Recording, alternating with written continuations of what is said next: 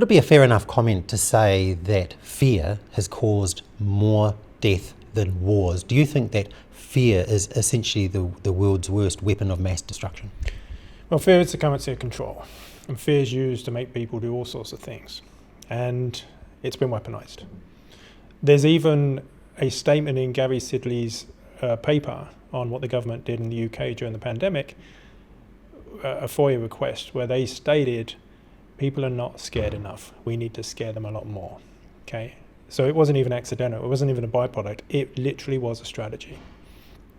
So what we're seeing is a huge surge of disease, which of course many are blaming the vaccine, but even the unvaccinated are suffering as well, because when we activate the sympathetic state, we amplify and dislocate many mechanisms, and through those mechanisms indirectly we start creating disease. So what's the point of your talk today?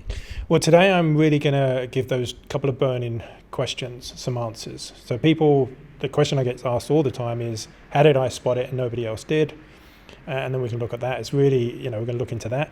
And the other one is like, how did people just do what they did? Like, what were the mechanisms? How did, a lot of people say brainwashed. Okay, now brainwashing is when you really clear someone's belief system down, but it's much more than that that's gone on. People have been conditioned to believe things that are not true. Voltaire said, if you can convince me of absurdities, I can commit atrocities. And that's what we've got. So we've got trauma across the board in so many ways. I mean, in the book, The Indoctrinated Brain, he talks about that when you scare people so much, they lose the ability to think. Yeah, so people really aren't able to live their lives as they wish to live them.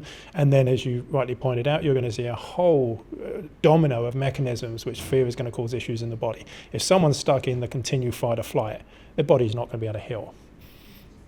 Well, even Harvard study says that 96% of chronic disease has an emotional correlation. So when we're continually turning on the news and we're hearing this propaganda, then what do you think is going to happen? Well, it's just going to get worse. And of course, I mean, the good thing is that people are starting to see it now and they don't feel good watching the news and they're switching it off. Because, I mean, let's face it, it's corporate media now. You're not going to find any independent voices there. And I think that's what's really happened in the last 4 or 5 years. True colours have been revealed in so many ways. And this is why I think, whilst it is one of the most dangerous times in history, it's also one of the most opportunistic, that we can start to get our power back.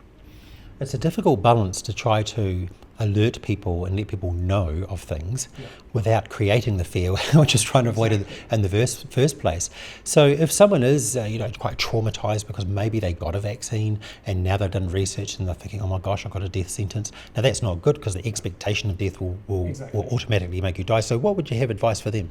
Well, this is where the way in which you present information is really, really important. And if you present it in an empowering way where they feel, oh, I can do something about this, because the negative emotions really come when people feel trapped, they feel powerless, they feel like they've got no control over this. But when you start to show them, hey, you can start to do things, you can detox, and you can also start to see how you've been controlled for so much of your life without realizing it.